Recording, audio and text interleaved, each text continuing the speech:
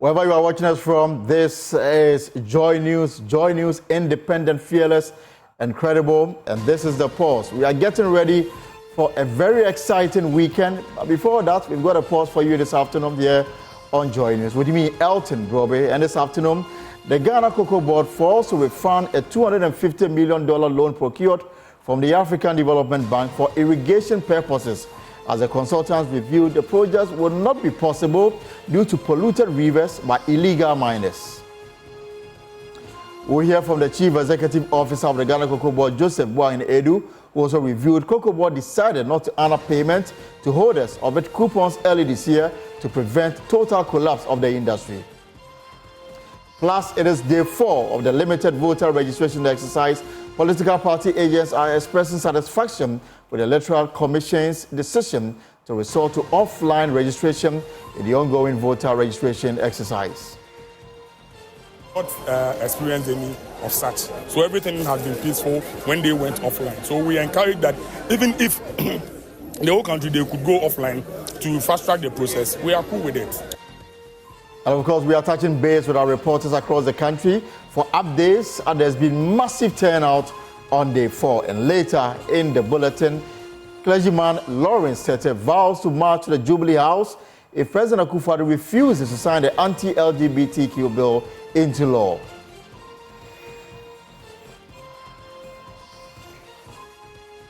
I think it's about how we make politicians know we voted them into power. The cowardice that Christian leaders have been made to and religious leaders have been made to is a shame.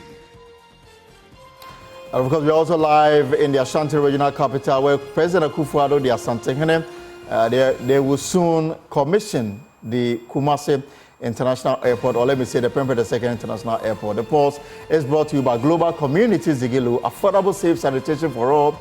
We are live on DSTV channel 421, GoTV 125. My name is Elton Brobe. Also, you can follow us on Facebook, YouTube, and myjoyonline.com for these and more.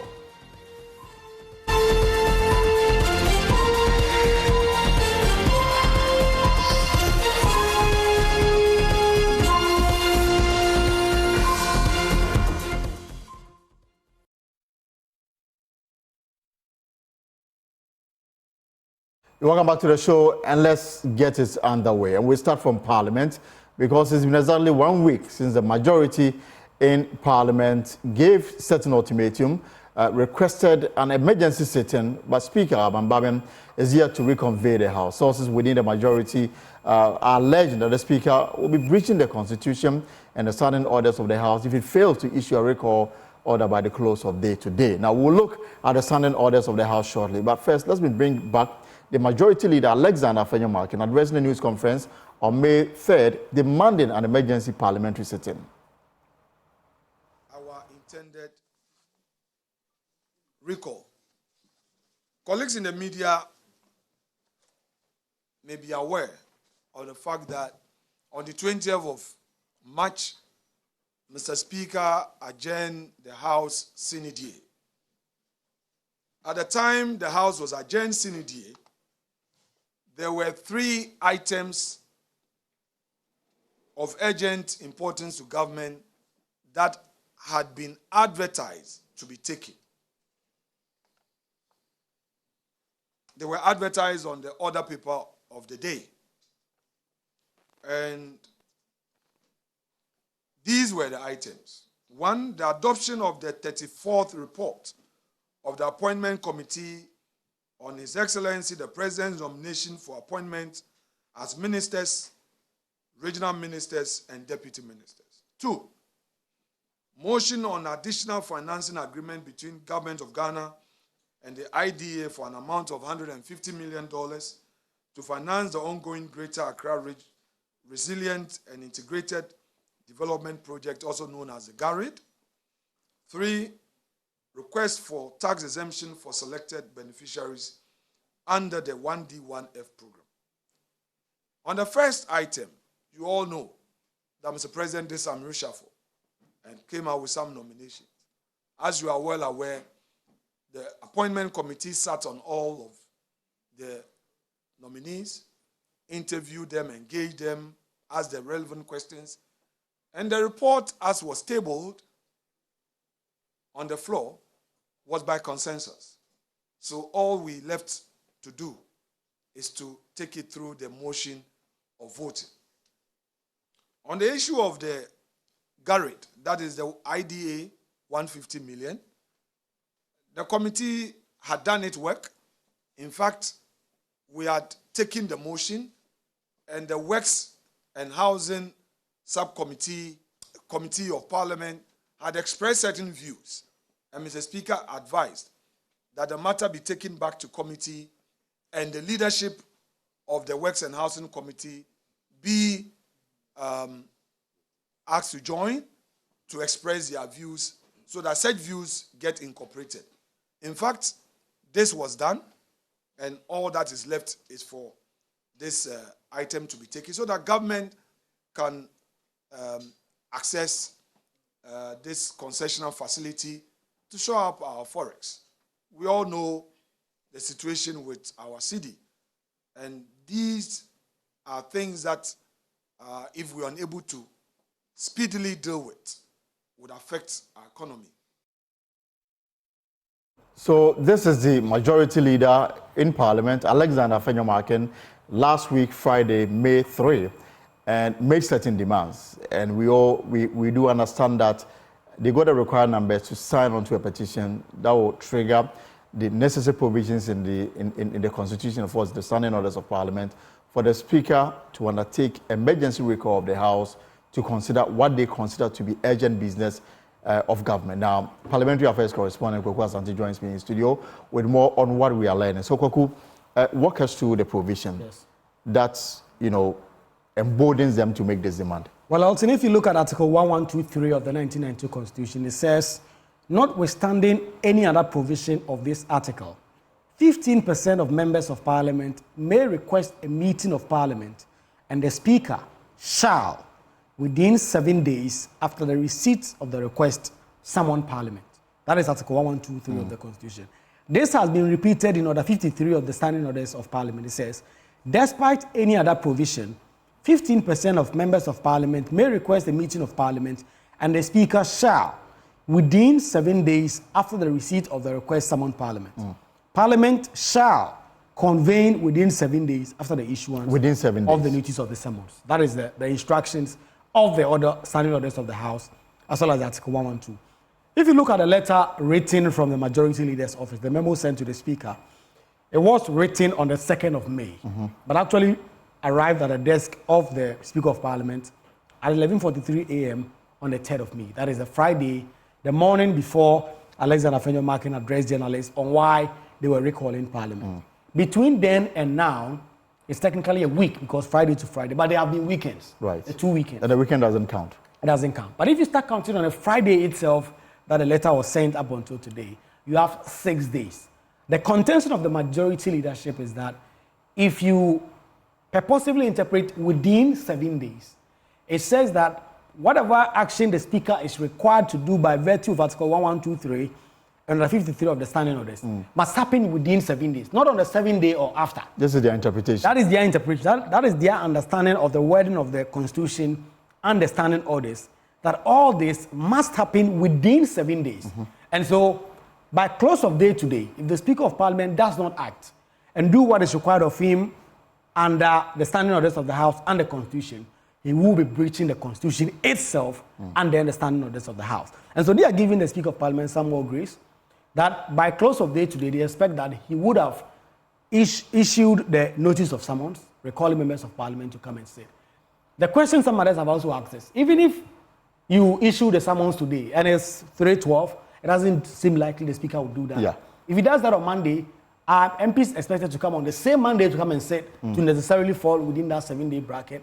That would necessarily mean that things are going to go past the 7 days. And that is why they say that the Speaker of Parliament is not acting as it were with good faith, or at least has also not engaged them since their letters went to his table. We understand the Speaker of Parliament is not currently in the country. He has not been around since Parliament dissolved. He had been in country a little bit, and then he has traveled for some official duties and that private visit. As we speak, he's currently not there, and I've run checks at the office of the Speaker. They say the Speaker is not there. They've also not commenced any work at all to get the MPs back in the House. Exactly, regarding commencing MPs. And you've been in Parliament before. You know, it's a bureaucratic process. Right. Recalling MPs, making sure that the needed resources get to MPs so that they can travel from wherever they may be to come. It's not something that is done in a day or two. It takes some quite process. And that's why the Constitution envisages that and says that all this must be done within 7 days. And so the contention here is that given that 6 days is expiring, and by Monday, the 7 day itself would have also kickstarted and will be expiring, the Speaker of Parliament is going beyond the within 7 days that is mandated by Order 53 and Article 123 of the Constitution, and is breaching his oath of office. And there could be implications. Big implications. If you breach the Constitution in such a flagrant manner, you are committing a high crime.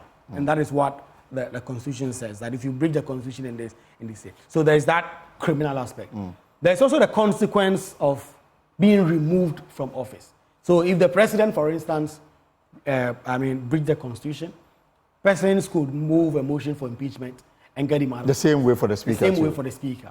Only that, if you look in terms of how it works, the numbers game is a bit. And that is why some persons within the majority are of the opinion that if the Speaker breaches the Constitution, is established to be so, they don't even want to use the process in Parliament. They probably will go to the Supreme Court to get a declaration that the Speaker has breached the Constitution and in that offense has breached his own oath of office that he swore in terms of upholding the Constitution. And then there will be an order that will be made by the Supreme Court that because you've done so, you're unable to keep holding on to that office. So there is that real possibility. But already the minority MPs are speaking about what they believe the Speaker hasn't done anything. Obviously, this may become a political footballing matter of a sort, right, with each side holding on to very entrenched positions. And so the Speaker of Parliament, the ball is in his court now, given what we are hearing from the majority side, who are demanding that the Speaker of Parliament recall the House. Our understanding is that the Speaker of Parliament may not do so at all, and that from some conversation I've had with some members in the majority leadership who have had a conversation with the Speaker ordinarily plans to recall Parliament on the 21st of May. That is when Parliament is set to return from its ordinary recess that it went to. And so the thinking is that if you come back on the 21st, then I don't have to call an emergency meeting. But there's a reason why. There's a reason why this provision is in the Constitution. Exactly. And it's in the standing orders of Parliament. In fact, so disregarding what has been initiated in Parliament, we open the grounds for some kind of impeachment, if you like. Yes, and apart from the impeachment angle, then it also means impunity. People can just try and say, these are part of the Constitution I don't disagree with, or I don't like the situation, I won't respect it, I won't oblige with it. And so their concern is that this is a constitutional order. Of course, there's a reason. And so even if Parliament is set to be back from their break tomorrow, and someone triggers an emergency sitting the day before, a week prior, and there is the space, you need to recall Parliament to come and do that business, and not say that because I intend to recall Parliament from its break this week or that week, I'm unable to do so. Let me ask a final question. I mean, you've been speaking to some members of Parliament. Is there any indication that they've been told to be on standby because they may be asked to come back to the House? Not at all. Not at all. In fact, when it comes to the majority side, their majority leadership themselves have primed them and say that be on standby any moment from now. When the Speaker of Parliament issues the summons, we all have to get back to Parliament in our numbers to be able to get the major government business through, approval of ministers, loans, tax waivers, and other key government business that have been lagging since the House was adjourned prematurely by the Speaker at the time. But when it comes to the minorities, they say they don't have any indication at all. And it's almost as though you can just be there until the 21st when the Speaker of Parliament ordinarily will recall the House to come back from their break. So that is the state of play now, Elton. All right, so let's get some reactions to this. And Roxanne Nelson Dafiamepo, Member of Parliament for South Dar in the Volta region, was also a member of the Constitutional and Legal Affairs Committee of Parliament, says the Speaker has not breached any provision of the 1992 Constitution nor the standing orders of Parliament. In the absence of the Speaker, we have the first Deputy Speaker who will act. In the absence of the first Deputy Speaker, the second Deputy Speaker will act. Is the majority leader saying that in the absence of the Speaker, nobody can act? The first Deputy Speaker is a member of Parliament on the ticket of the NPP. The second Deputy Speaker is an independent member of Parliament who is caucusing or doing business with the majority in Parliament. So what is their beef? If the Speaker is outside of the jurisdiction, can the first deputy speaker act? And if the first deputy speaker is unavailable, can the second deputy speaker act? They should stop this foul propaganda against the speaker.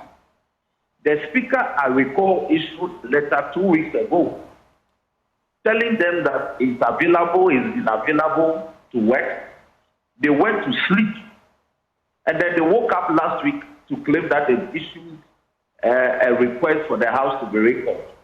If that was sent to the office of the Speaker and he's absent, I believe that the Secretariat of the Speaker, which is also made up of by the second and first deputy speakers, can act. But the Speaker made it clear that even he's absent, the House can be successfully recalled. And I believe that they haven't even bothered to read that letter. That is why they'll go to the media and say all sorts of things. But let the record reflect that when the House is properly called upon for the Speaker to recall the House, the appropriate thing will be done. So the call that the Speaker, the threat that the Speaker is in breach of the Constitution is neither here nor there. It is hot air. It is time the majority put their house in order and do the appropriate thing. So let me bring in private legal practitioner Kwaku Pentil as we explore this issue and count down to the close of work today. Lawyer Pentil, it's a pleasure to have you here on the post. Good afternoon. Good afternoon. Right. So I'm just perusing Article 112 of the 1992 Constitution, and the provision is quite clear on under what circumstances Parliament can be recalled for an emergency sitting. And if you can just, you are familiar with this, but for the benefit of our listeners, it says that notwithstanding any other provision of this article, 15% of members of Parliament may request a meeting of Parliament, and the Speaker shall, within 7 days after the receipt of the request, summon Parliament. Now, the request was made on Friday, 3rd May. And today, if you do the calculation minus the weekend, today is the 6th day. But the Constitution within 7 days. Is the majority right in saying that the Speaker may be breaching this provision in the 1992 Constitution? I would say yes. And I would add that we have what we call the letter of the Constitution and also the spirit of the Constitution. The spirit means or relates or refers to the arrangement by which the letter of the Constitution has brought into being. In other words, in the case that you're talking about, I think the Constitution is very printed. And therefore, if all the notes, or rather the written notes are given, and if for some reason he is able to discharge the duty of that, then we respect towards whomever on him referred matter appropriate to Parliament or to whoever commissioned that request made or for the opinion of Parliament to explain for Parliament to make. I think, Council, sorry, but there appears to be some issue with the line. So we'll try and reconnect again so that we can have a better, connection to you and hear you clearly on this very important matter. But again, if you just join us here on the Pulse on Joy News, the majority side last week in Parliament requested an emergency sitting of Parliament, and they did so by fulfilling Article 112, Clause 3 of the 1992 Constitution, which says that 15% of members of Parliament may request a meeting of Parliament, and the Speaker shall, within 7 days after the receipt of the request, summon Parliament. Now, if you do the calculation or the counting, today will be exactly 6 days in terms of the working days minus the weekend. And the majority argument that the Constitution says shall within 7 days. The NDC minority said that the Speaker is well within his right to do whatever he is doing. Now, there's no indication that Parliament is being recalled for an emergency sitting because MPs have not been told as of now. They're going about their normal duties whilst they enjoy their holiday. And the majority says that they need this recall to allow them approve some ministers that went through vetting, but yet to be approved by Parliament so that they can do their work assigned to them by the President. And there are also some loan agreements that they need the Parliament to approve of it, and some other business that they consider urgent as of now to see those businesses through. Now, our understanding is that the Speaker had programmed the 21st of May for Parliament to return and continue with business of the House. But the majority is insisting that they require this meeting as early as possible to carry through government business. So lawyer Okupinto joins us back on the line as we look at. So we're making a point about the constitutional provision and its implications. See, I'm talking about what we call the letter as well as the spirit of the Constitution. I have no doubt whatsoever in my mind that a request has properly been made, Speaker. But then he's obliged within the constitutional order to indicate, receipt and to take steps to comply. And even if he has any reason to believe or to think that the request that's made on him is out of order, then courtesy will require that he will respond to the request that had been made on him. But if in the circumstances and the context that we find ourselves, my only impression is that even though the request has been made, it has been ignored. Then I would say that conduct is contempt of Parliament. The conduct where the Speaker of Parliament will refuse to respond in any way whatsoever to a request that has been made on him according to the terms of the Constitution itself, and fail or neglect to comment one way or the other or give a reason for his failure or refusal or neglect to abide by the demands that have been made on him, I will only say it's very unfortunate. It is very unfortunate because he cannot remain mute.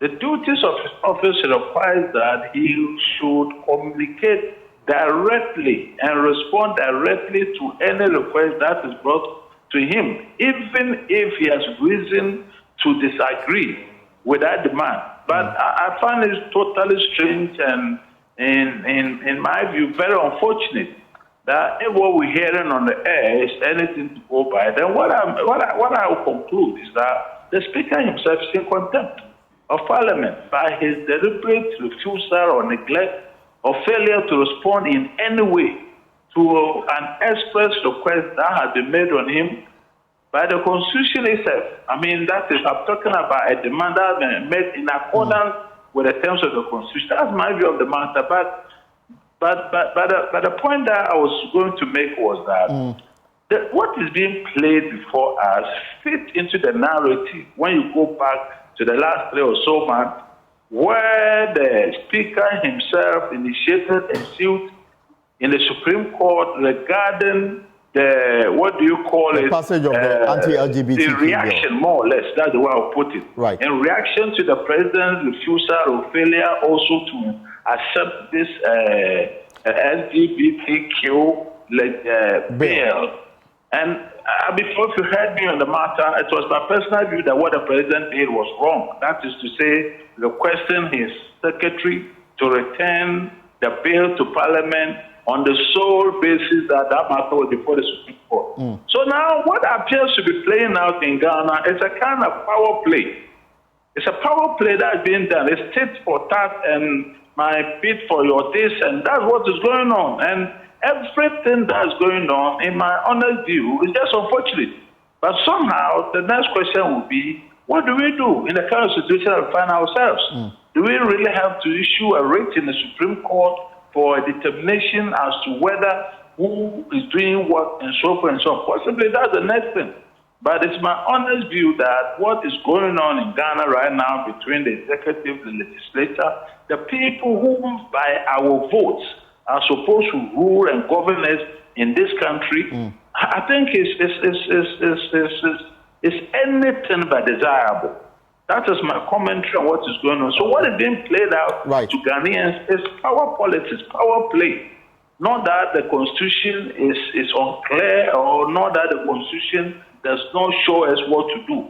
The Constitution shows clearly what everybody must do, but somehow it has become very convenient in the midst of the power politics that is being played in this country for everybody to decide what he wishes to do.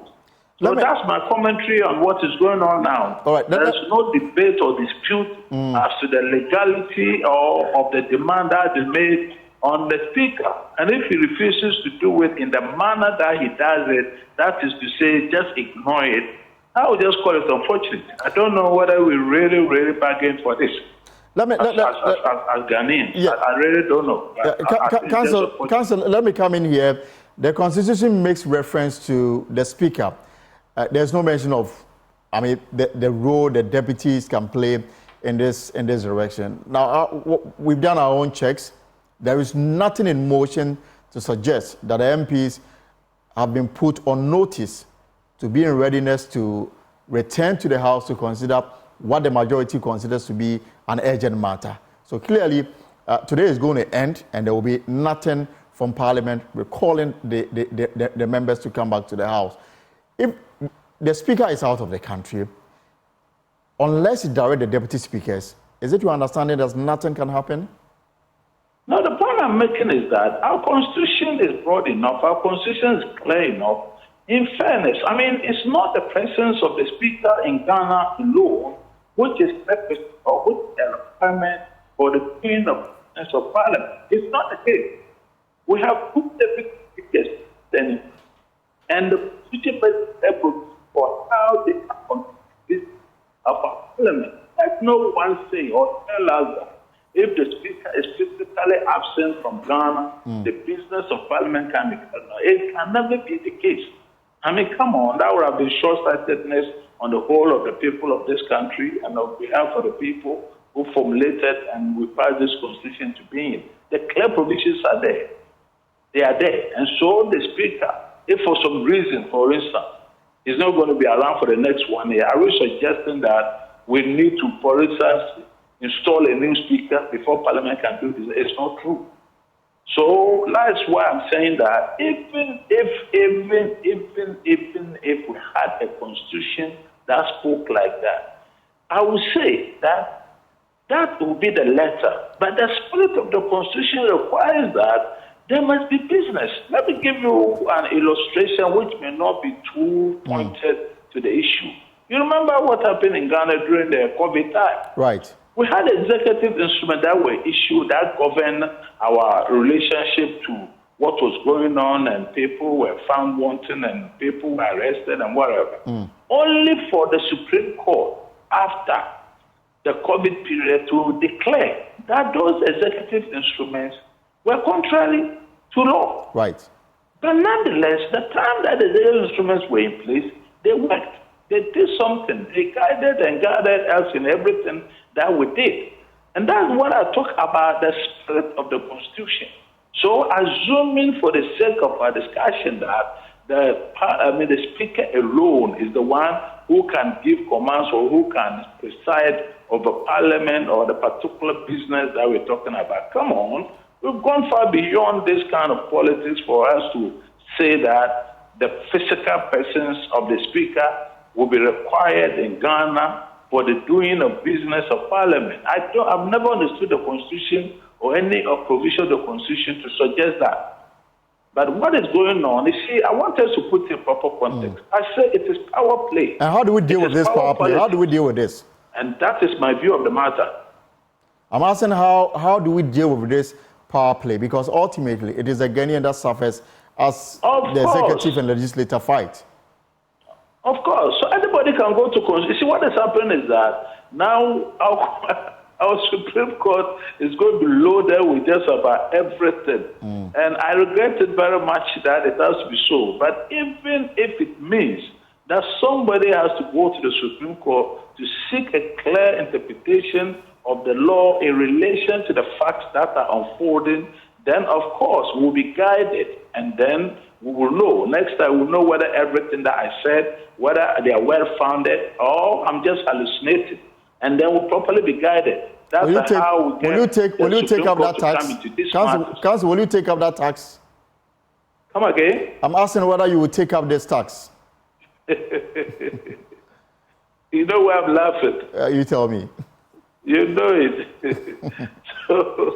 so this one we say top government official refuses to comment. Right. All right. Thank you very much. Private legal practitioner Kweku Pencil making the point that somebody must head to the Supreme Court to bring some sanity to what is happening. For him, this is clear power play between the executive and the legislature. Now, today is the 6th after the majority side made a demand on the Speaker for an emergency recall of the House so that government can put before the House some urgent business. Now, the day is almost over. There is no indication that the Speaker of Parliament is going to see to the demand of the majority side in Parliament. Because from our checks, MPs have not been told to come back to the House because a recall of this nature requires an elaborate plan. Those who are out of the country must be brought back into the country. The Parliament must pay for their airfare. Wherever an MP is, it will be the responsibility of Parliament to make the finances available to bring them to the House and then pay for the inconvenience that they will saddle them through as a result of this emergency recall. Such plan is not in motion yet, meaning that it will take days if the Speaker will respond to the majority for this to happen. But the Constitution is clear, within 7 days, and for some people, it ends today. Some people say that we might have to wait till Monday. Whatever it is, we're keeping a close eye on this matter, and we'll bring you developments as they unfold. But away from Parliament, the Chief Executive Officer of the Ghana Cocoa Board, Joseph Boahinedu, has revealed the entity was forced to refund $250 million it procured from the African Development Bank for irrigation purposes in cocoa farms. According to the board, consultants recruited to undertake the project. The Ghana Irrigation Authority advised against indicating any attempt to use water from the polluted river sources due to illegal mining or galamsey activities. And for them, that would destroy the cocoa trees. Mr. Boahinedu told a graphic dialogue on the cocoa sector that until illegal mining is addressed, the sector will be at risk. Change as number one, because that's a global phenomenon. You have global warming. Of course, in terms of emissions, I always say that my country plays a very insignificant role. Mm-hmm. You have fossil fuels combustion mainly in the industrialized countries, so they contribute more to greenhouse gases emissions. But then, whatever is happening there in the industrial world, has effect on us. This is what is changing the atmospheric conditions. So at times when we don't expect rain, the rains come. When you want rains, the rains don't come. That's for the cocoa. And that's why I'm saying climate change is number one, because it's made planning, unpredictable. So climate change is number one? Number one. Number two had to do with what my good friend mentioned, that is illegal mining, galamsey. Now, ordinary, when the rains are failing, you should have been doing irrigation to mitigate the situation. But then, almost all the rivers in the cocoa grain areas are polluted. Cocoa Board, Manu, went to the African Development Bank to secure some $600 million. Eventually, you have to return $250 million. Part of that money was intended for irrigation. We commissioned the Ghana Irrigation Development Authority to do a pre-appraisal for us, assessment. And the report they brought was that almost all the rivers were contaminated. And you cannot use that murky, muddy water to do anything with cocoa. You cannot use it for spraying.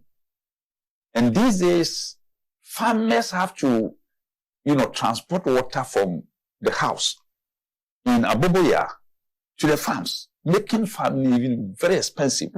Previously, the farmer gets to the nearest stream around the farm, and then he fetches the water to do the mass spraying and all that. But now, you dare not, because the leaves have process, which we call the stomata. And once you spray this muddy water onto it, the mud is going to block, this stomata. And within a short time, you find all the leaves coming down. The trees will die. You cannot also use it for irrigation, because it means that you have to be changing your filters almost every day. You have to be changing. It will be so expensive. And you can also use boreholes because they are not reliable. Elsewhere, anywhere you've gone, Ecuador, Peru, even Brazil, which is now about to rejuvenate its cocoa distant, they are depending on running water, surface running water, that's rivers, to do irrigation. Why can't we do same here? All because of galamsey. Galamsey is not only affecting the water that the cocoa farms will need, it's also affecting even the microclimate, the ecosystem of the place. Because, cocoa doesn't like too much water, as I've indicated. So it's best on well-drained land. And therefore, the adjoining swamps, as you know, cultivate cocoa. And the swamps are a reservoir. They are themselves a reservoir of water. Nature's own wisdom has created them as huge reservoirs that contain water. And during the dry season, evaporation from these swamps actually impact on the cocoa. Well, in the morning, when you're going to the cocoa farm, you have a lot of, dew falling on the cocoa. And the stomata absorb, and then you see the cocoa trees always evergreen, flourishing. They don't just shed their leaves, unlike maybe in the temperate areas whereby during the winter you go there, all trees are shed. No, you don't see these things on cocoa farms. But what is happening is that the first target of illegal miners will be the swamp. That's where the swamp around the cocoa. The swamp around the cocoa, adjoining the cocoa farm. So that's where they will go and mine. And once they excavate, they create a pit, a deep pit there. One, the ecosystem has been disrupted, completely destroyed. So that macro climate is no more. Number two, the moisture, the water under the cocoa trees, will then drain. Because once you create a pit, there's a dip. So water under the cocoa trees, the soil water moisture will drain into the pit. And then you find the cocoa trees dying. And apart from that, there's the other aspect whereby sometimes they deliberately, store the effluent, the effluent of the mining. That's the waste water. They block it to create a pool, and then if the farmer is resistant to allow mining on his farm, the next time he comes, they've opened, the pool of the waste water to flood the farm. To flood the farm. So it's a war. It sounds like a war out there. Yes, it's a real war. And now they are even going beyond that because they've almost finished all the swamp areas. And once the swamp areas have been mined, the next target are the cocoa farms themselves. So you find, and therefore, if cocoa is not going to have a future, it's not going to play any role in Ghana's future, that's tomorrow, then it will be illegal mining. Because if it wasn't illegal mining, climate change can be mitigated through irrigation.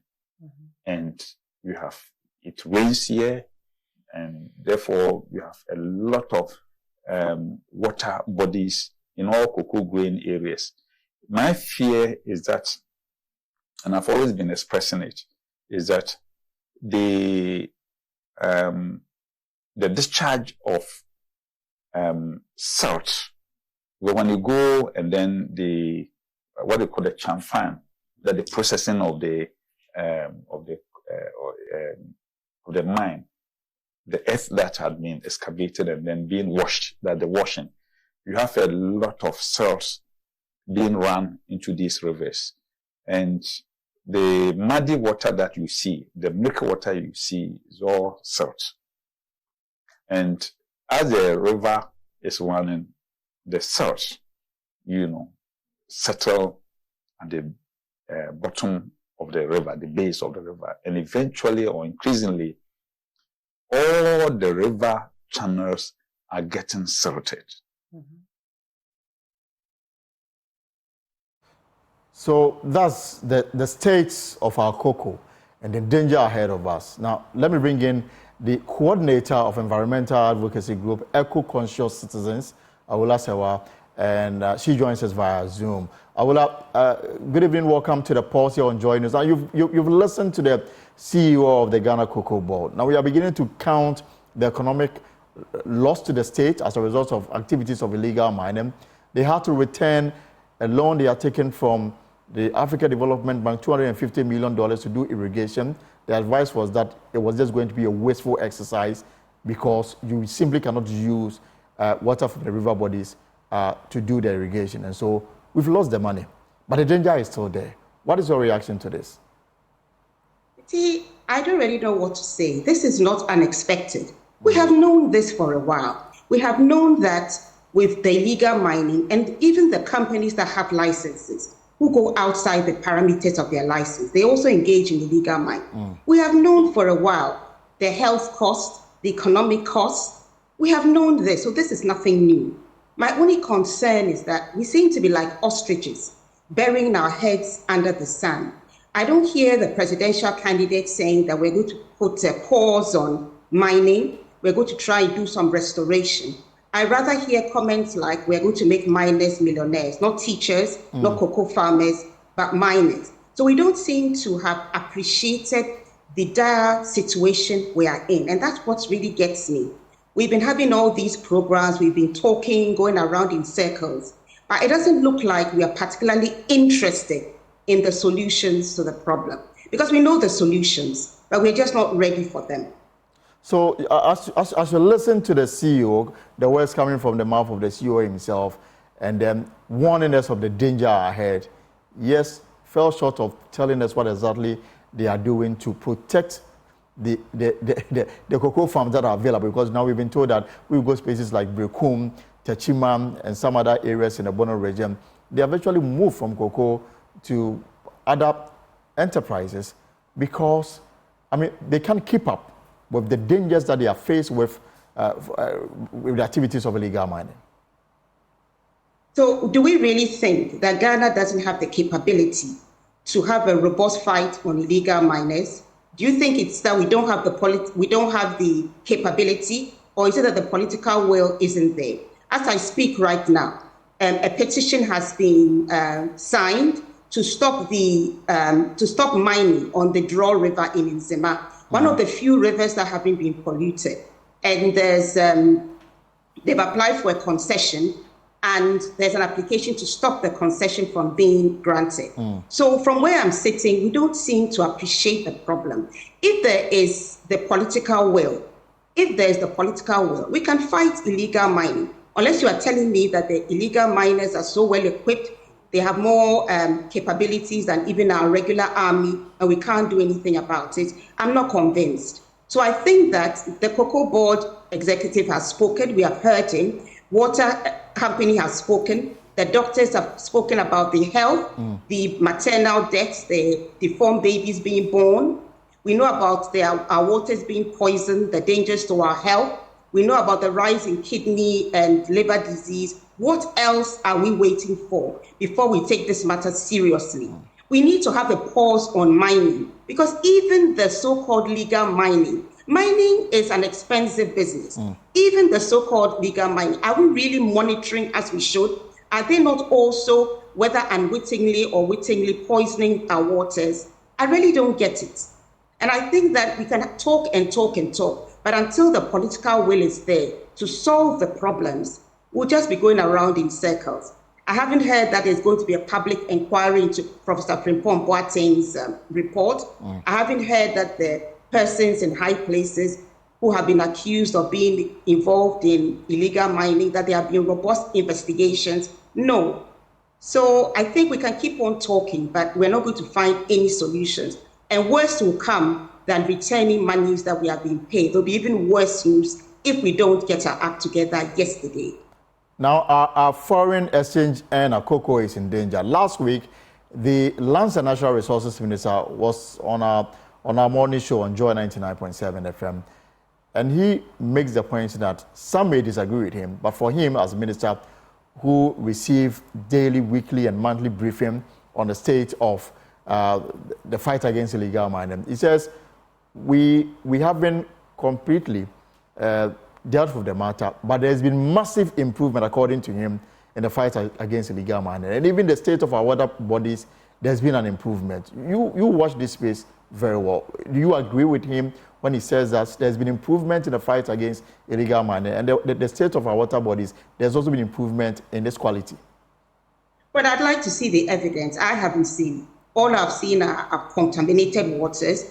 All I've seen are more and more forest reserves being invaded by illegal miners. And I've seen that through the passage of LI 2462, which allows for mining in forest reserves, even globally significant forest reserves, more and more of our forest reserves are under siege. I haven't seen any evidence that things are getting better. I know that recently in Zima, an assembly member had been reporting illegal mining going on. The police did nothing. He bravely, with the help of other community members, effected a citizen's arrest on Chinese and Ghanaian illegal miners, and he's receiving death threats. I'm not hearing that there's any serious protection. I've heard of other journalists who are receiving death threats because highly placed persons are involved in illegal mining, and they've actually tried to bring it to the public domain. So from where I'm sitting, and even the background pictures you are showing, I'm not seeing any evidence of improvement. I'm not seeing it. From where I'm sitting, it's becoming worse. And my final question to you would be, government went to Parliament to pass the law to make it stiffer, to pronounce stiffer punishment on those that engage in illegal mining locally and foreign. The minister said that they've cordoned off the 268 forest reserves in the country, yet it is still going on. What more must be done? Well, the political will hasn't been there. For example, I mean, there were reports that, for example, Akonta mining was involved in illegal mining. I haven't seen any report that says that here are investigations, we've investigated and it wasn't true. All the images you saw were fake news. Nothing has happened, and we know he's a highly placed person. I know that with the passage of LI 2462, the government has become complicit in opening up virtually unfettered access to mining and logging regarding our forest reserves. And as I said, even globally significant biodiversity area. So, well, there might be stiffer punishment from, ordinary people who are caught, but the main people, the kingpins who are involved in illegal mining, nothing is happening to them. They are going on, and you can see the images, they are going on, they are doing what they want to do, and the political will is not there.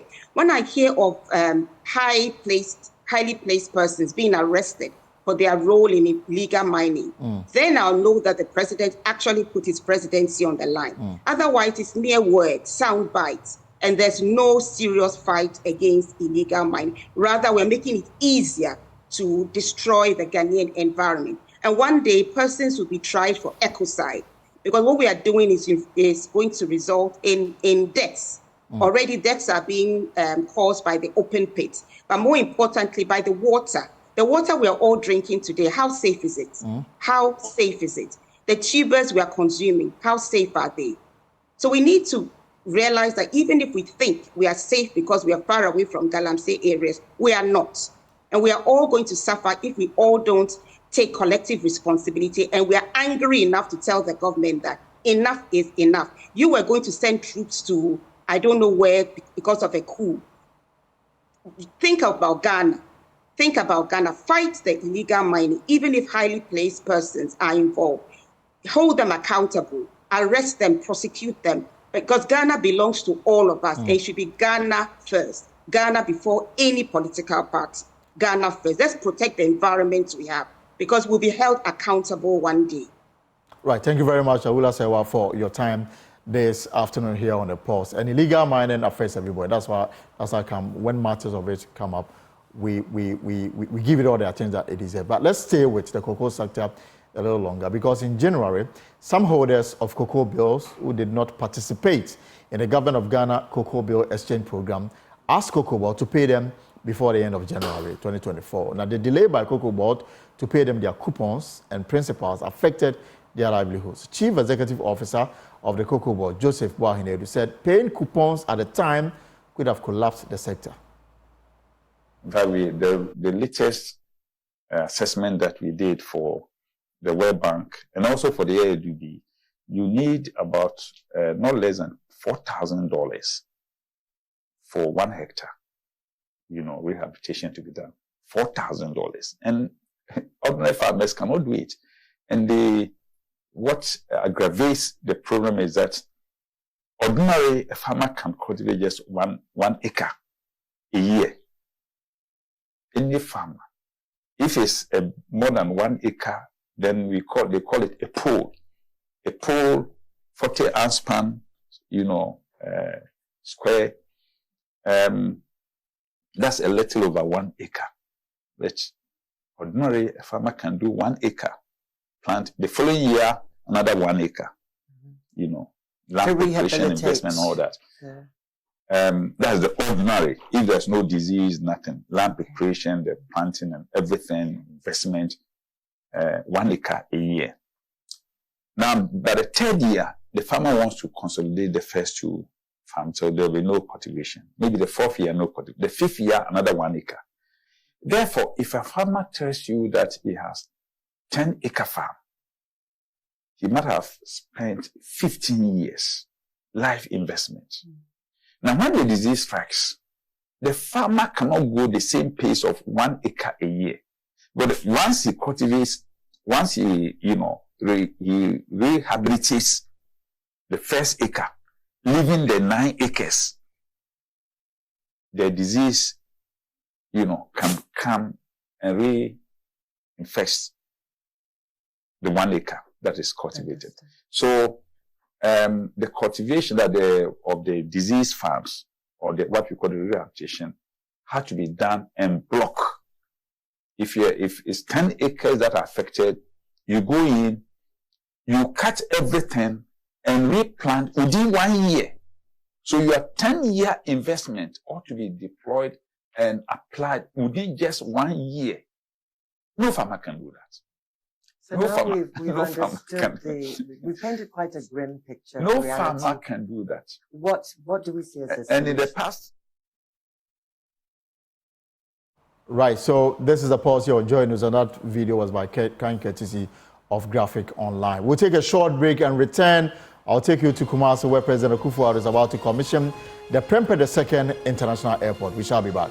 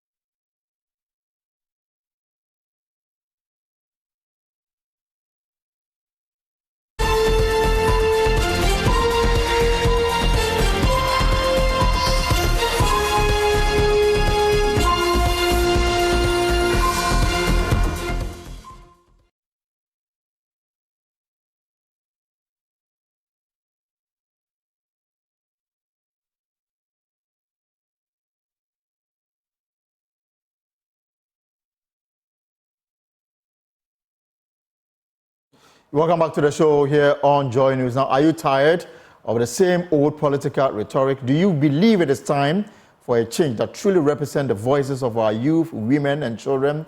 Introducing Nana Kwame Bediako, the presidential candidate who is not just promising change, but actively working to make it happen. Nana Bediako is not your typical politician. He's a visionary leader with a passion for making our country better through innovative industrial revolution. Together, we can change the political narrative and create a government that really represents the interests of all Ghanaians. Join Nana on this journey to build a better and inclusive future for all by contributing to the Save Ghana Fund campaign. Your support, no matter the amount, is not just a donation, it is an investment in the shared desire for a more prosperous, equitable, and better nation. You can visit www.nkb.com.gh or dial star 887 star 2024 hash to donate. Again, star 884 star 2024 hash to donate. And of course, that's from Nana Kwame Bediako. Also, the UPSA Law School, under the distinguished patronage of His Excellency John Ejiko Kufuor, former President of the Republic of Ghana, is pleased to invite you to the Open Business Day After. That's the African Trade and Innovative Conference. The conference is designed to provide a critical and independent platform for discussion of the new trade paths under the AFTA and trade in Africa, and undertake a situational review of the adaptation and implementation of AFTA since 2021, and in the process examine the challenges confronting the smooth takeoff of the regime. The details of the conference are as follows. The 16th and 17th of May 2024, time 9 a.m. to 4 p.m. each day. Venue is the Kofi Ohene Kunedu Auditorium, UPSA campus. Visit the social media platform of UPSA Law School for information on how to participate in the conference. Better so you can call 0245 347 946. That's 0245 347 946. This is the pause here on Joy. Now, President of the Worldwide Miracle Outreach, Lawrence Tete, has called out his fellow clergymen and women over their silence on the anti-LGBTQ bill, which was passed in February this year. Although the bill has since landed in the Supreme Court after two private individuals filed separate challenges to it, seeking to declare it illegal and prevent the president from signing it, Dr. Tete believes President Akufo-Addo should not have hesitated to assent the bill when Parliament passed it. He's vowing to march to the seat of government if the president fails to sign the bill should the Supreme Court rule in favor of that. I think it's about time we make politicians know we voted them into power. The cowardice that Christian leaders have been made to and religious leaders have been made to is a shame. And I'm embarrassed with some of our clergymen. As much as we are interested in our titles and the big titles and who we are and how long we've served, I'm yet to hear certain people speak against these manners. And for me, that is a shame. And so it starts from my home too. It starts from the clergymen. It starts from the religious clerics. It starts from the home of the chief imam. It starts from the chairman of Christian Council. It starts from the apostolic leaders. It starts from apostolic fathers. It also starts from the Catholic, Methodist, Presbyterian, and Anglican. But also beyond that, it starts from the charismatic leaders. We've been too quiet. And as much as we are grumbling, everybody wants to impress certain people. And that is the nonsense for me that must stop.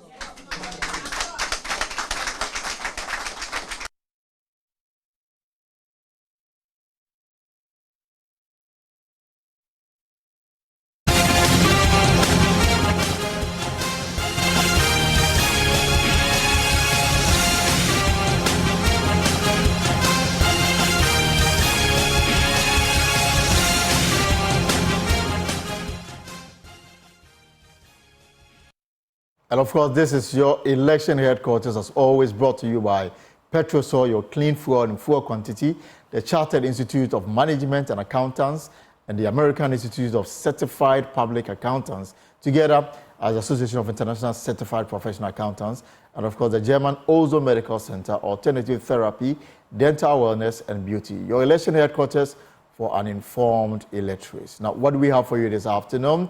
political party agents in some districts of the Ashanti region have expressed their satisfaction with the Electoral Commission for resorting to offline registration in the ongoing limited voter registration exercise. On the third day of the registration exercise, the Electoral Commission restored the offline registration process as backup for the internet and technical challenges that affected the process on the first and second days of the exercise. According to some party agents, the decision has helped to reduce the pressure on the commission as it recalls a huge number of registrants. You can listen to some of them.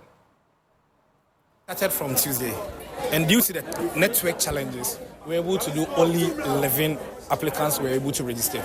So which means the network was problem. And the next day, that was on Wednesday. Yeah, Wednesday too, it was online, and we were able to register only 60.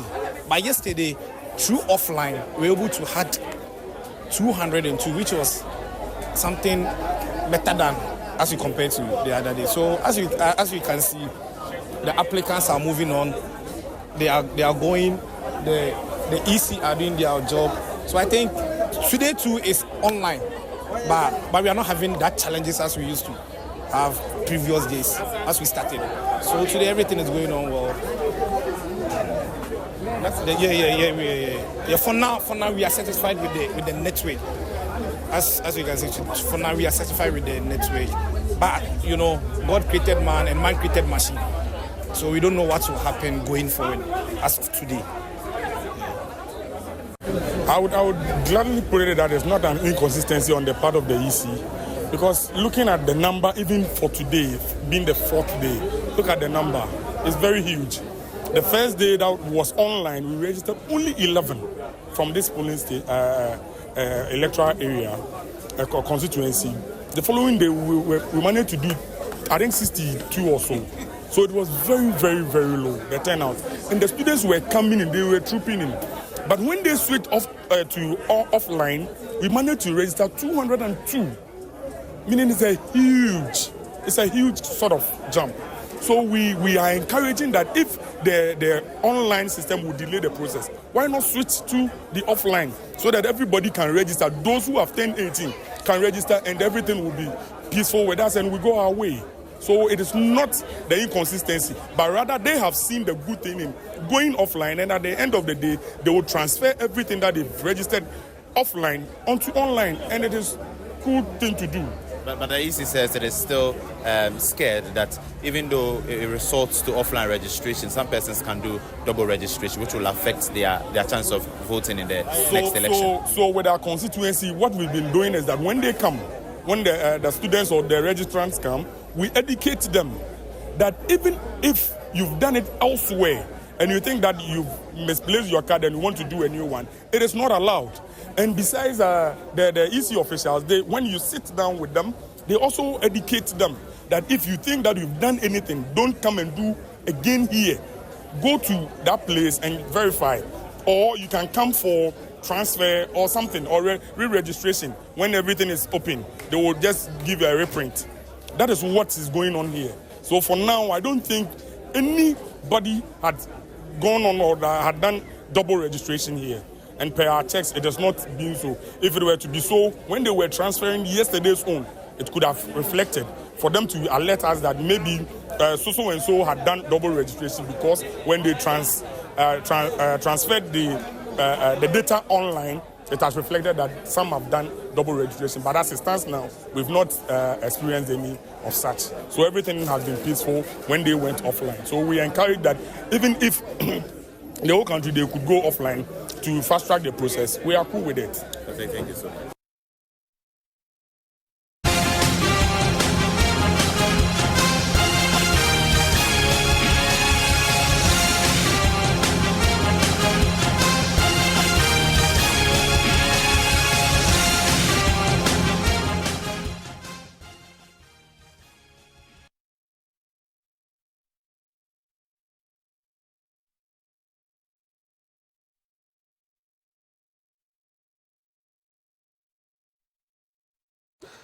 Now, welcome back from your election headquarters. Let me now take you to the Ashanti regional capital, Kumasi, where the program to commission the Parliamentary International Airport is underway. The Transport Minister is updating the gathering.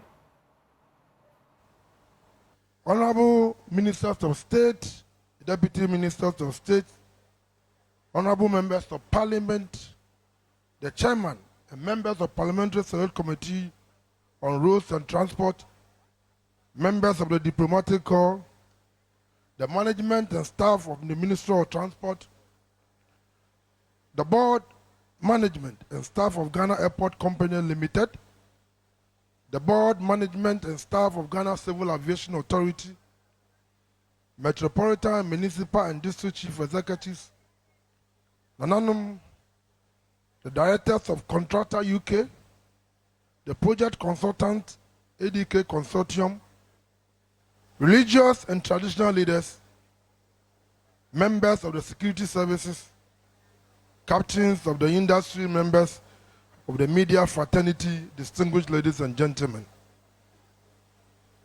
Indeed, I am truly honored today to be here on this very important occasion for the commission of the new airport terminal, the radar system, and the control tower of Prempeh the First International Airport. Ladies and gentlemen, I think a lot had been said, and if I'm permitted by His Excellency, I should say thank you all of you and take my seat.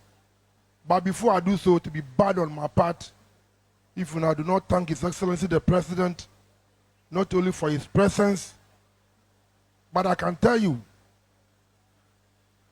that the difficulty he went through during the COVID period, when we had some challenges concerning our finances, to make sure that the finance minister, my good self, should find money to complete this superb edifice.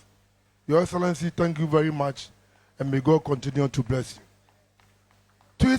To His Royal Majesty, Otumfuo Tutu Asantehene, I'm sure during the difficult period, I was sent to him several times by His Excellency the President to consult him. And any time I came to him and he saw my demeanor, he said, I know what you are going through, but I know you can do it. Otumfuo, may God continue to bless you as you celebrate 25 years of your installment as the king of the great kingdom, Ashanti. Ladies and gentlemen, to my predecessors, Honorable Sisi Brandapa and the late Kufiada, for the role they played during the attempt that this project started. But I think, Mr. President, I can also thank myself for seeing through that this project has come to a fruition. Thank you very much. Ladies and gentlemen, Kumasi Airport, as many of you may be aware, has been in existence for a little over 80 years. Until the 90s, it operated as a military airport serving the British Royal Army during the World War II and was later upgraded to support domestic operations. Since then, the airport has undergone several rehabilitations and upgrades with a view to position it as an alternative to the Kotoka International Airport to drive socio-economic growth and development. In pursuit of this development objective, a phased development approach was adopted to ensure passenger safety and comfort while ensuring that Kumasi had a fully functional international airport. The first phase consisted of the rehabilitation of the runway and installation of airfield light and aeronautic ground light to facilitate nighttime operations at the airport. Following this, His Excellency the President Nana Danko Akufo-Addo, in October 2018, performed the groundbreaking work for the second and third phase involving the construction of a new passenger terminal and a related facility to handle about 1 million passengers, as well as the extension of existing runway to enable the airport to accommodate wide-body aircraft such as Boeing 737-800, among other aviation-related facilities. These developments undoubtedly will cater for the ever-changing aviation industry and provide an unmatched experience for all airline passengers. The expanded airport with state-of-the-art facilities will transfer the very concept of comfort and convenience. Indeed, the project being adored today has been as a result of effort of many who have contributed in diverse ways to make today a living reality. More importantly, I want to acknowledge the contribution of the former minister, like I've said, Honorable Ziyadapa and Kofi Ada. When I took over as a minister responsible for aviation sector, I took personal interest in the works my predecessors have started and followed up with visits to appraise myself on the progress of the work. On one of those visits, I paid a courtesy call to His Royal Majesty Otumfuo Setutu, who also gave me his support and blessing to see to its completion. Therefore, on such a special occasion, like I've already said, I want all of you to join me to express my appreciation to all the players who have contributed in diverse ways for the success of this project. Mr. President, the commission of the terminal and its ancillary facilities such as the radar and the control tower does not mark the end of the work. We will commence full commercial operation at the terminal after completion of the operational readiness at airport transfer, what we call ORAT, by the end of June. This will give us the opportunity, ladies and gentlemen, to identify and correct any issues that may arise. I therefore want to use the opportunity to entreat the contractor and the consultant that when such issues are brought to their attention, they should promptly address them. Mr. President, Otumfuo, ladies and gentlemen, as we can see, construction is still ongoing in relation to the taxi link and runway extension. The runway extension, ladies and gentlemen, is supposed to be completed, all things being equal, between August and September. Mr. President, the construction is still ongoing, and the reason why we are commissioning this terminal is to enable us, after 2 months, to move in here so that to give us the opportunity to break part of the old terminal and the old VIP, which is part of the extension of the runway and also the apron. Ghana's aviation industry, Mr. President, is showing resilience and consistent growth as a result of government's continuous support for the sector. As I speak, both domestic and international passenger numbers have shown strong growth potentials, with domestic passenger numbers exceeding pro-COVID-19 condition by 23.4% as the year ending 2023. This is indeed a historic performance, which underscores the strong government support that our air transport sector enjoys. The airport ultimately will be the gateway that will serve as a driver for economic development, strengthen international relationships, and inspire all who come into contact with us.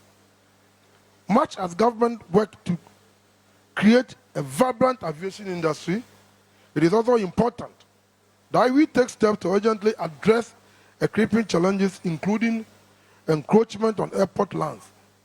It is an issue that threatens future expansion, if not immediately addressed.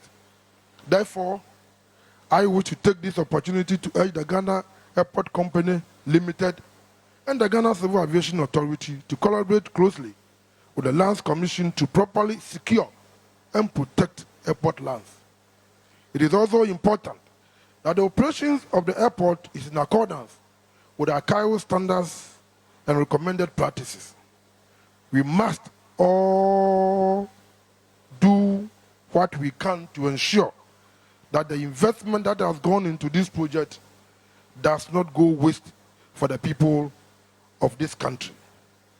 The ministry on its part, Mr. President, will continue to pursue strategies to make Ghana's aviation hub within the West African region and beyond.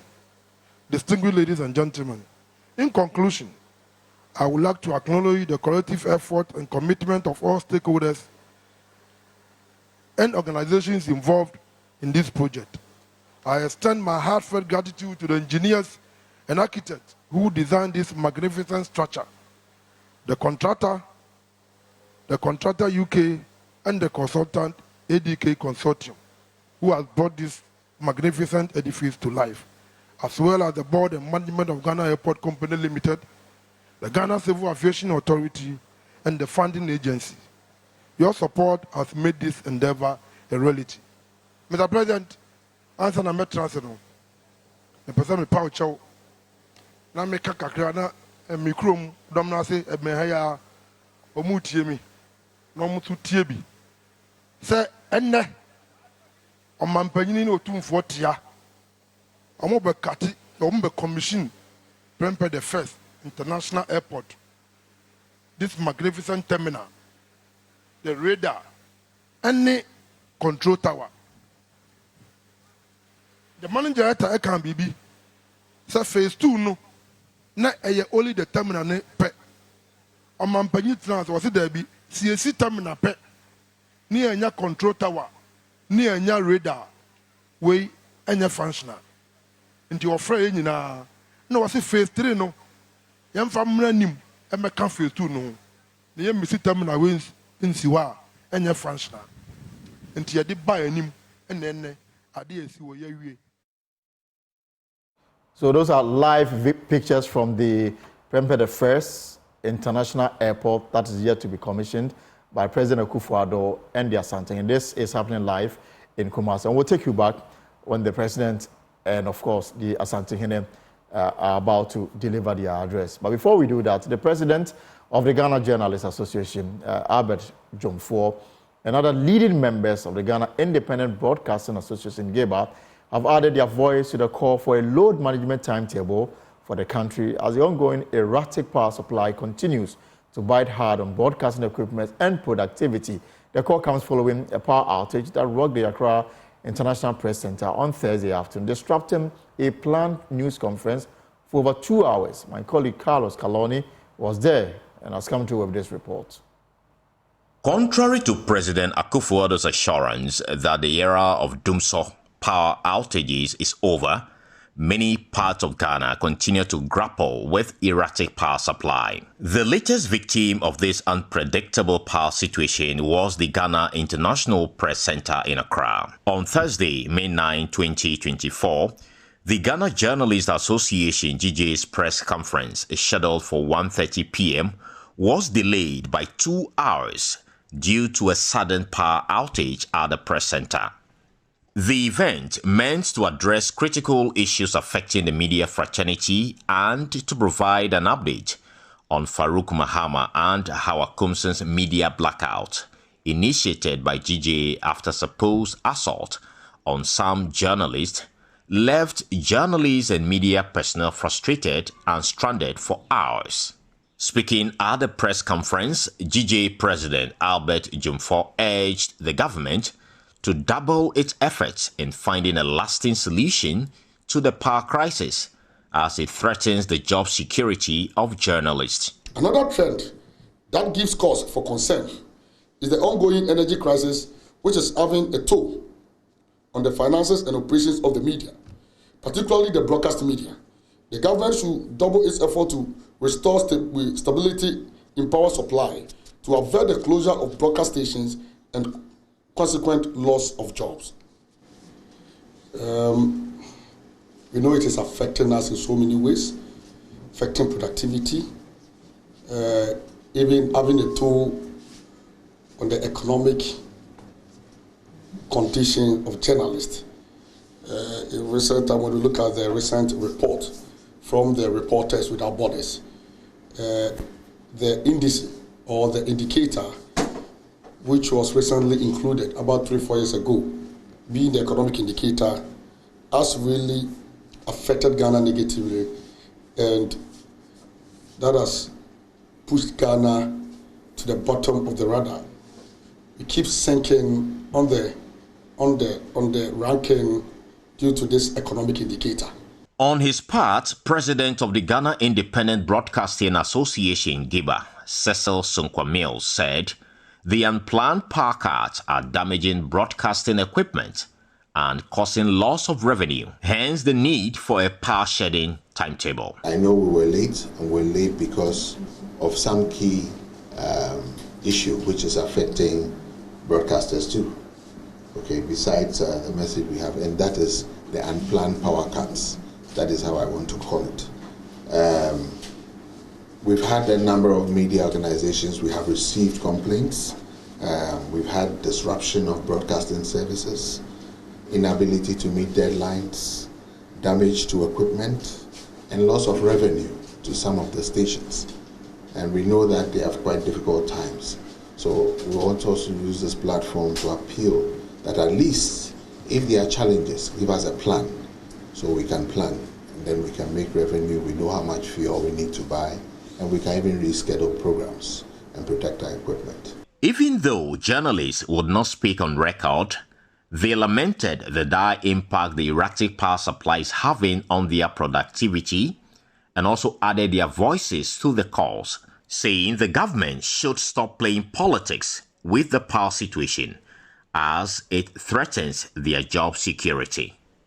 From Accra International Press Center, Carlos Caloni for Joy News. Before we take you back to the Commission of the Permanent Affairs International Airport in Kumasi, where the Asantehene will be speaking, let's talk about social entrepreneurship and philanthropy conference by development management students of the Kwame Nkrumah University of Science and Technology, which comes off on the 11th, that's tomorrow, of May, this Saturday. Now, joining me via Zoom to shed more light on this event is Dr. Victoria Mensah Nyamadi, the Social Entrepreneurship and Philanthropy Conference coordinator, and of course, Ibrahim Saidi Hussein, a student of this. So first, let me find out, Doctor, what is the main objective of this upcoming conference?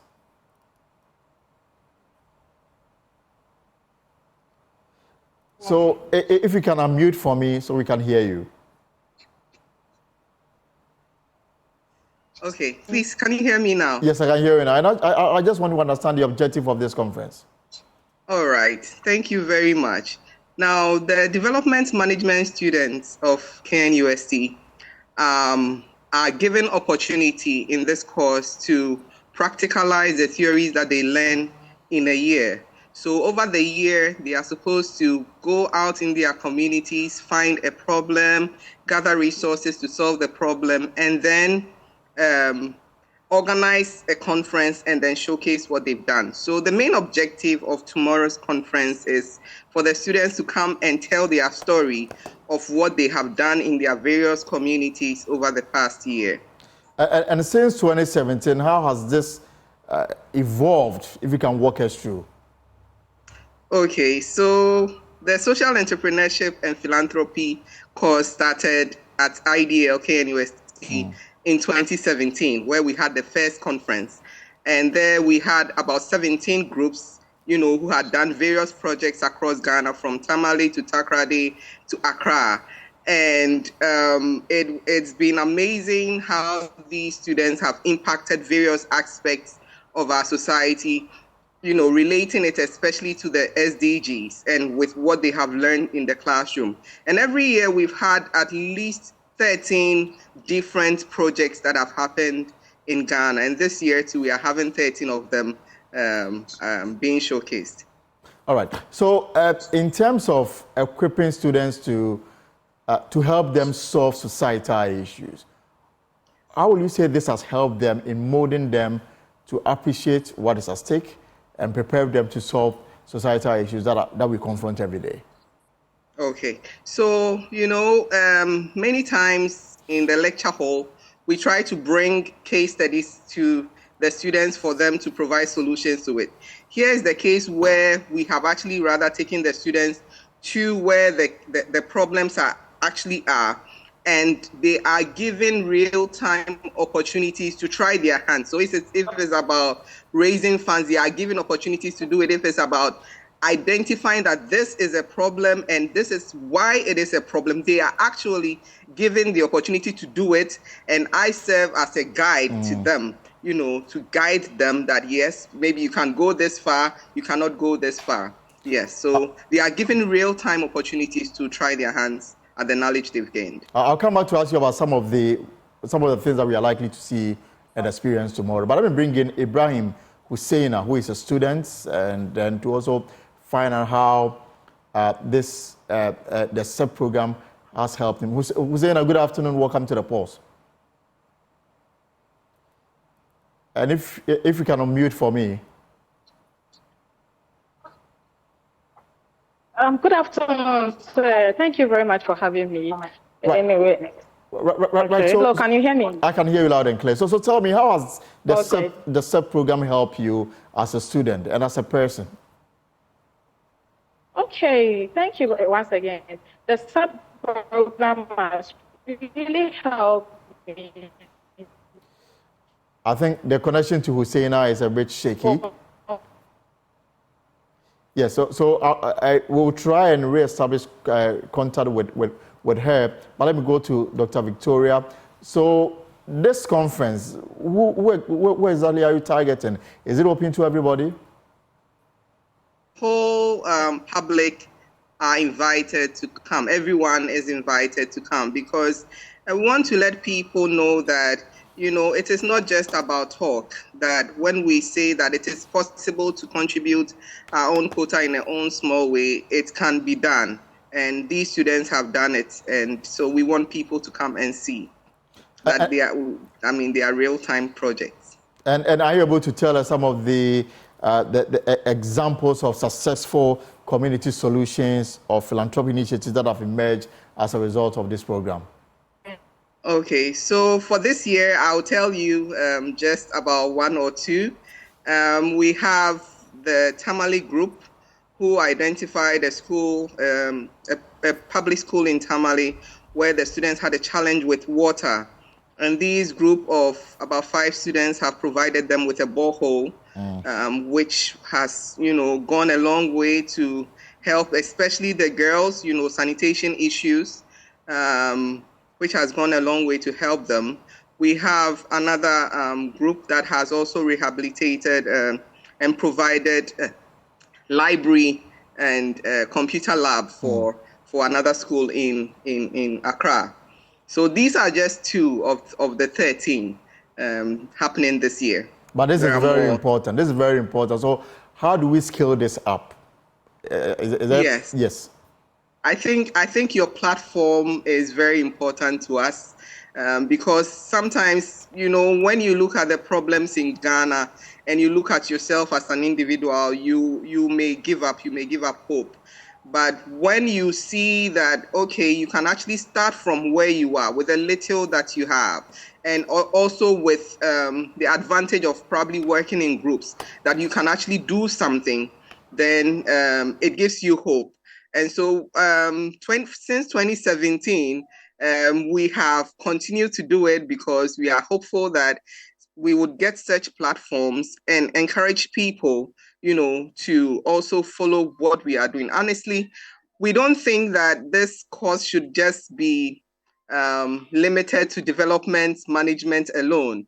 It should be extended to computing. It should even be extended to our junior high and the kindergarten, because there are so many problems out there. Let's give the students an opportunity to try their hands at providing solutions to the problem. They will learn things that the books will not teach them. Can you state the venue and the time for tomorrow's event? Okay, so tomorrow the Social Entrepreneurship and Philanthropy Conference comes off at the Amonuniza Conference Center at KNUST, near the KNUST poolside. It's happening exactly at 9 a.m. and we are inviting each and every one of you to come and support our students. Thank you very much, Dr. Victoria, for your time this evening here on the Pulse. I can take you back to the Ashanti Regional Capital, Kumasi, because ongoing is the official commission of the Parliamentary International Airport. The GJA spoke on behalf of the Ashanti.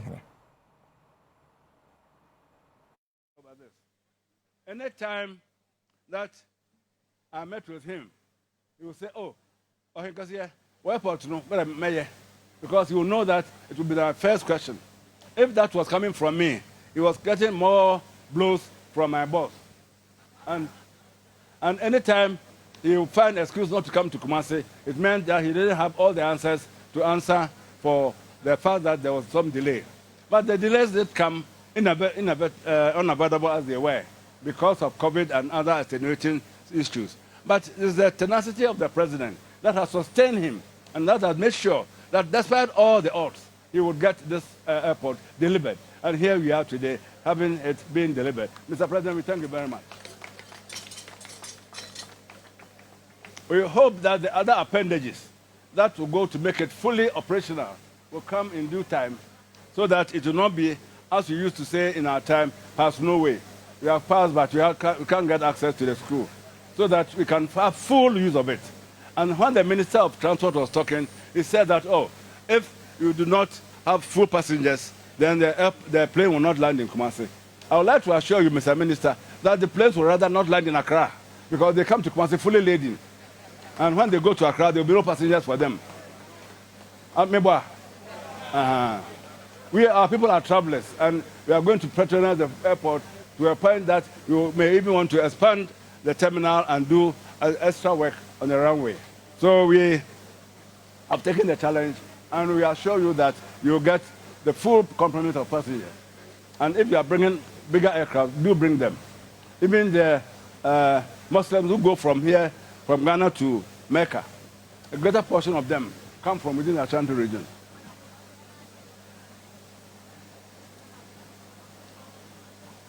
We would, Otumfuo would like that this airport has been opened, or is being opened, with wonderful facilities. It takes the human effort to maintain and keep it clean and tidy. Let us not treat it as, with all respect, a garbage pit, where you drop something without a call to personal hygiene. Let the cleanliness that we are seeing today be with the facility from today, tomorrow, until time shall be no more.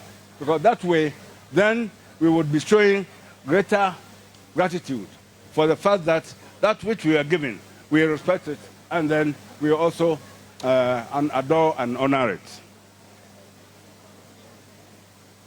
It's going to make the operation of the airport going to make the cost of traveling very, very cheap for us, because sometimes you go to Accra or you land in Accra and the transport, the onward journey to Kumasi, is there because of bad weather, there are no flights. And you have to go and find yourself a hotel and other such things. Mr. Prime Minister of Trinidad and Tobago, this is your second time of coming to Ghana. I hope that when the third time, oh, I see. When you come the fourth time, you will land in Kumasi. Straight from Trinidad and Tobago to Kumasi.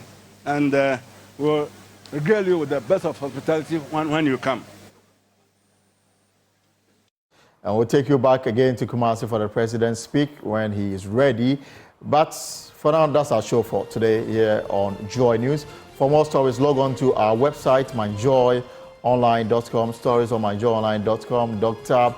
Lawrence Tete to march to the Jubilee House to demand the signing into assent of the anti-LGBTQ bill, plus other stories making rounds on myjoyonline.com. Let's Talk Showbiz is up next.